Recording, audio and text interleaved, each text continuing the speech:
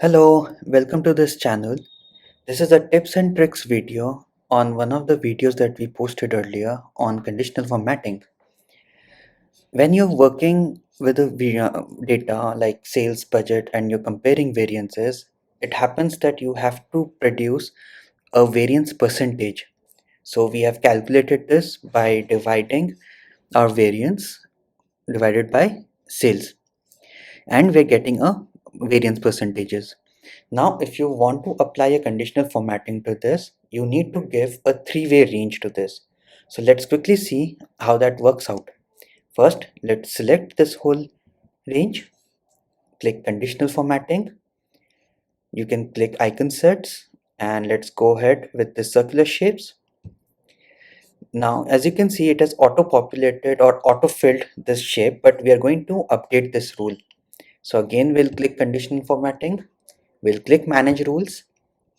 Then we'll click edit rule. Over here you can see the criteria that it has set for us. Now here's a tip for you. Whenever you're working on a data set like this, now because on major instances this is going to be a calculated field. So here what you need to do, change the type to formula for both the fields. In value you can write equal to 0.25. So I'm setting a criteria that wherever your percentage is more than 25% positive, it will show as green. Where it's between 0 and 25%, it will show as amber. And if it is less than 0, then it will show it as red. So that's the exact thing that I have done. If I click OK and click OK again, now you'll see that the conditional formatting has been applied according to the criteria that we have set. So anything that is above 25% is coming as green. Anything between 0 and 25% is coming as an amber. And anything that is less than 0% is coming as a red.